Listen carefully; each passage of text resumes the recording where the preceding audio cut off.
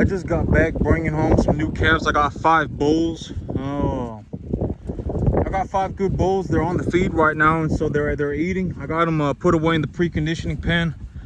And so this week I decided that I am going to take animals to this week, and what I'm going to do is I'm going to take them to market tomorrow. I'm going to take them a day in advance tomorrow, and I am going to take I'm going to take 4 of them. So this one right here, that one right there, and then those 2 right there. Those are going to be the 4 that I take to market tomorrow. And I would think that here in about okay, so the thing about cattle is that when I sell them, okay, here is my idea in terms of when I'm going to sell cattle. Why am I taking them tomorrow? Okay, so well, I'll start from the very beginning. Okay, so these calves, if I'm going to precondition them, right, if I'm going to precondition them to a USDA standard, or it's not a USDA standard, but in the every cattleman has their own idea of preconditioning an animal. But the long story short of how to precondition an animal is to get them off of milk, get them on solid feed for at least 2 weeks, or at least at least 45 days. Some people like it up to 60 days, but get them off of milk and put them on feed, on solid food for 45 to 60 days. And in that time period, you should also castrate them and give them their vaccinations. So that's the big idea of preconditioning. Some people also like to dehorn their animals as a part of their preconditioning program. But most preconditioning programs, all it is vaccinations, castration, and put them on solid feed for at least 45 days. 45 to 60 days is most people's standards. And so I am going to take animals to the market. I'm going to take them to the market tomorrow because I don't have time on Monday. I was going to take them on Monday originally, but I'm out of time on Monday. And so what I'm going to do is I'm going to take them to the market tomorrow. And so I'm doing very well for myself. You know, I thought I was going to have to push it back a little further, but I'm not going to push it back a little further. I'm just going to do more tomorrow. And so I'm going to get them to the market tomorrow. And on the 4 animals, I would think that I'm going to make something around $5,500 plus or minus 10%. You know, $5,000 to $5,500 is about what I would anticipate that I make on the animals. And on the 4 of them, 4 of them, well, I would anticipate that I'm going to make closer to the 5,500 mark, but then I also got to pay commissions, right? And so what I'm going to do, my big idea for marketing the cattle is I'm going to take them to a preconditioned calf sale. And so the idea of preconditioning, okay, so in another video, I highly suggested that you or anybody who's looking to get into the stocker calf business, I would highly suggest preconditioning your animals, taking them off of milk, and if you put them on solid feed, right, for at least I would say at least 3 weeks. At least 3 weeks. A lot of people, if you really want to take them to a preconditioned calf sale, you're gonna have to do 45 to 60 days. And so the big idea, okay, so preconditioning, if you put them on a total mixed ration and you're not some and you're just gonna do it the way that I have been showing you, you're gonna spend about $40 an animal. It's gonna cost you about $40 an animal to precondition them in terms of the amount of money that you're gonna have to spend and invest in their feed and the vaccination shots. It's gonna cost you about $40 an animal. And so if you precondition 50 animals, if you precondition 25 animals, it's going to cost you about $1,000 per 25 animals. But here's the thing, okay, if you precondition your animal and then you take your animal to a preconditioned sale, chances are you'll get that money back.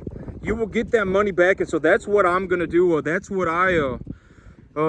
is what I'm going to do, and that's why I'm talking about it, because that is what I'm going to do. I got these animals. That's the big idea for my farm, is that I'm going to bring the animals in at about 2 to 2.5. Usually they're 2 to 2.5. Sometimes it goes down as low as 1.5, up to a 3.5. Sometimes it goes up to a 3.5. But I'm going to put these animals I'm going to precondition them, get them to about a body conditioning score of 6, and then take them to a preconditioned calf sale. And so these are, this is a very good example of what an animal looks like by the time they leave my field. They're going to look about that big. She's not morbidly obese, but she's obviously not thin. Can't see any bones on her body. Her hip bones on her back are practically gone. And I would say that animal's going to hit the scale at about 700, 7.25, something like that. So that is what I would anticipate.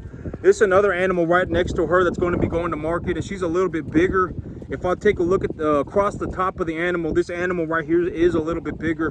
But as of right now, so I kind of under fertilized my grass, and my grass is not really growing in very well. And if you want to take a look at what I mean by when my grass is growing in very well, if you go back about maybe 2 weeks on my videos, you would be able to see I made a video of what my grass looks like when it's growing in well. It's over 18 inches tall, right? Like if my grass is growing in well, it's over 18 inches tall. And when I look at my grass right now, I would say it's probably about 8 inches tall. And so I understand that I have under fertilized my field. And when I take a look at everything that I've been doing because I look at what I'm doing, right? And so if I realize that, over the last 2 months I got like 10 inches of rain on my field, and I only put 50 pounds of nitrogen on my field at a ratio of 5:1:3:1 NPK sulfur, then that's not going to be enough fertilizer. And when I take a look at what I was doing 2 weeks ago and how good my grass was growing in 2 weeks ago, and I take a look at it now, I would say that the biomass accumulation is about half of what it was 2 weeks ago. And so granted that there was also more rain a month ago than it was this month. This month was a little bit dry. We only got 2 rains this month. And so this month was a little bit dry, and so that also has a factor to do with the grass not growing in as well. And I also under fertilized it. But it's okay. This is what I've been saying, is that if the grass is not growing in very well, I can supplement their feed with a total mixed ration, right? And so as of right now, if you take a look inside their feed bucket, you're gonna see that I put some hay in there. I put some peanut hay in there, if I start seeing that the animals are starting to bloat, or if they're starting to have acidosis issues, I can change out that peanut hay. I can give them less peanut hay. I can give them a couple of bales of corn stalks to chew on. There are a lot of ways to solve the problem once I understand how to solve the problem.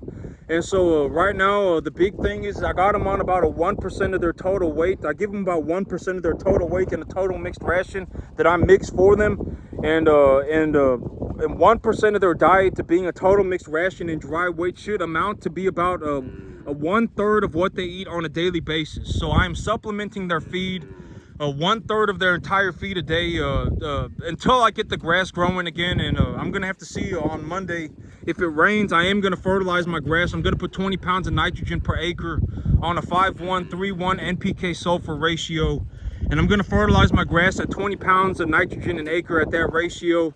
And I'm gonna keep an eye on it, see how much biomass is being accumulated, and then within 5 days, by Monday of the next Monday, not this coming Monday, but by next Monday, it'll be raining again. And so I'm gonna see how my grass does over that course of 1 week, and then I will adjust accordingly. And by next week, by the second Monday, not this coming Monday, but next Monday, if it looks like my grass, which I will probably anticipate that my grass will need more fertilizer, because if I put 45 pounds, if I put 50 pounds of nitrogen on my field over a course of 2 months, over 3 months, 2.5 months, and and I got an average of 3 to 4 inches of rain a month, and I put it on at a ratio of 5:1:3:1 NPK sulfur.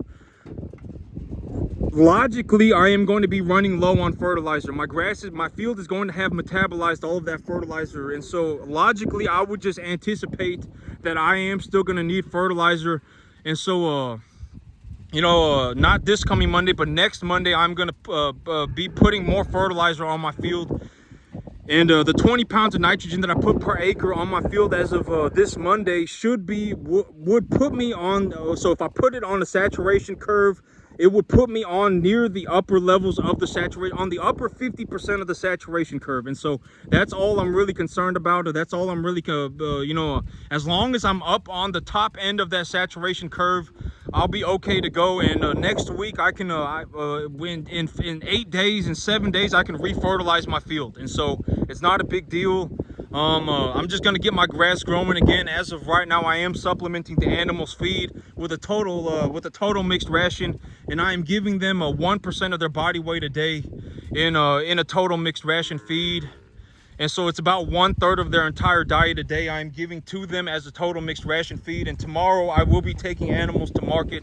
I got 4 animals that I'll be taking to market, and I'm gonna take them to a preconditioned calf sale. Okay, so the thing about a preconditioned calf sale is that if you take the time and the effort to precondition your animals, if you take the time and the effort to precondition your animals and you take them to a preconditioned calf sale, you will make more money for your animals. More than likely, you will. The chances are you will get more money for your animals. And so, you know, the $50, the $40 that you invested per animal, you can get that back. I would just highly suggest, okay, here's the thing, right? Like if you precondition your animal, you know, you may be able to increase the value of your animal from like $700 to $800. You honestly may, you know, you may be able to increase the value of your animal from like $800 to $900. And so if you market them correctly, you can get your money back. And so it's a lot easier on the animal. Like if you know, like a good example is me. Like when I go to the sale barn, there are a lot of times where I get animals for very cheap. You know, I get animals for like you know, I'll buy a little calf for like $750. I'll buy a small little calf for like $700, right? You know, I'll buy a 350-pound animal for like $1,100. And the reason for that is because the animal has not been castrated, the animal has not had any vaccinations, and the animal still has blubber on it. I mean, if you run into an animal like that, you know, a 350-pound calf could easily bring you like $1,250. You could make an extra $100 on that 350-pound calf if you just castrate it. And you know, if that animal comes running out in the ring, if that 350-pound animal comes running out in the ring and it's got a big old set of testicles on it, everybody's gonna see it. Everybody's gonna see it, and then you're gonna get deducted for that animal. And so, you know, if you just castrate your animal and then you give it the vaccination shots, you're gonna get paid more for your animal. You're gonna get paid more for your animal, and it could be like up to $100. So you could legitimately be in a situation where you invest $40 and make $100 on it. And so I decided that I am going to be taking my animals to market this week. I'm going to take my animals to market this week, and I'm going to get them to market a day early. I'm going to get them to market tomorrow, and I'm going to take them to a preconditioned calf sale.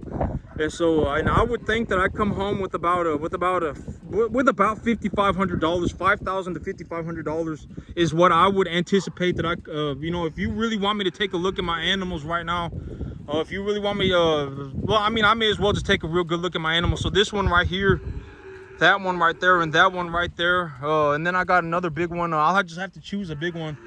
I think it's her, but it's number. I think that's her right there. And so if I look at the 4 animals, how much do I think they're gonna weigh? The 4 of them combined, probably about 7 1/4. I would say they're gonna come in at about 7 1/4, 700, something like that.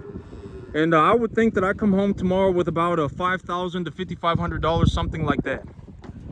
And so that is what I would anticipate. Oh, that's not her. That's not her. That's not one of them. I got another animal here somewhere, but I'm gonna choose one of the big animals. I got 3 real big ones, and I'm gonna just take one bigger one. And so that's that's about what it's gonna turn into tomorrow. And so yep, I got it all figured out, and I'm gonna start cashing in checks tomorrow. And so you know, yep, I mean, it's kind of it kind of snuck up on me, because, you know, I didn't even realize how close I was to selling animals again, but I'm very close to selling animals, and I'll be taking them to market tomorrow. I'll be starting to take animals to market tomorrow, and I think I'm gonna do real good. The feeder cattle market is sitting at about $250 right now, and the weather's gonna be good for the next week. Next week the weather's not gonna be good, and so that's why I decided that I'm gonna take them a day early instead of waiting until next week. I'm gonna take them a day early because the weather's not gonna be good next week. And my whole big thing about weather is that if the weather's not good, I don't sell cattle. That's just how I do things. If the weather's not gonna be good for 2 or 3 days, 4 days, 5 days afterwards, I'm not gonna go and sell cattle. And so I decided that I'm gonna take them a little bit early instead of a little bit late. And you know, but other than that, yep, that's it for me today, YouTube. Y'all have a good one.